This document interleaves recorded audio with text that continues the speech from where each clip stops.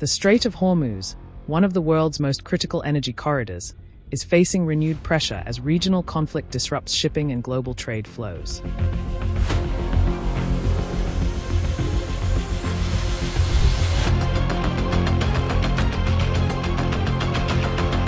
In recent developments, Iran has granted clearance for certain vessels from multiple countries, including Thailand, Pakistan, and Malaysia, to transit the waterway under specific arrangements. The disruption has already affected global oil and gas markets, with rising prices and supply uncertainty highlighting the strategic importance of uninterrupted maritime access through the region.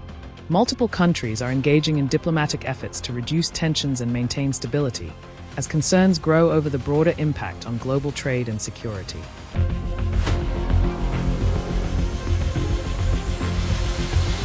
For 47 years, Iran has been known as the bully of the Middle East, but they are not the bully any longer. They're on the run. $1 trillion, they also, what do you mean $1 trillion? $1 trillion every year. We're crushing Iran's currently as we speak. I just looked, we had another big day. We hit them. They don't know what's happening.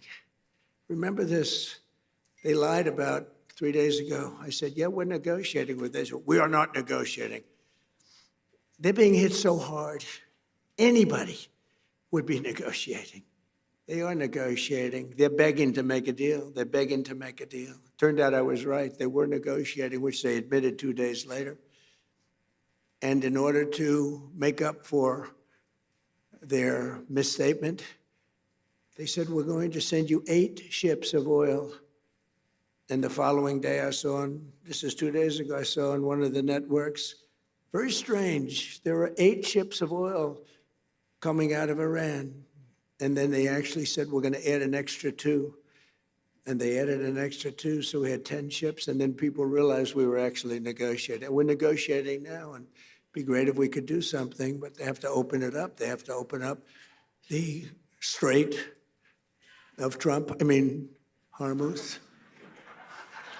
Thrilled to be back with so many friends and partners, leaders, and innovators here at the... So the Middle East will be transformed, and the future of that region is never, I don't think it's ever looked brighter. You couldn't have, we did the Abraham Accords. I hope you're going to be getting into the Abraham Accords finally.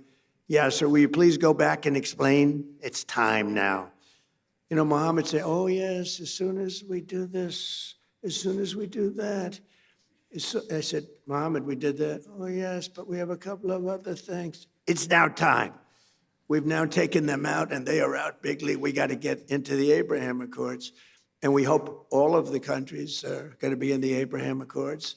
We have some very brave countries that did it, years ago. They went in, and you know who they are, the early 4, and they did a great thing in doing it, and it was great for them also economically, but it was a great thing that they did it. But I think all the Middle Eastern countries are going to be joining now. Iranian lunatics refuse to cease their pursuit of nuclear weapons. And I have to say, the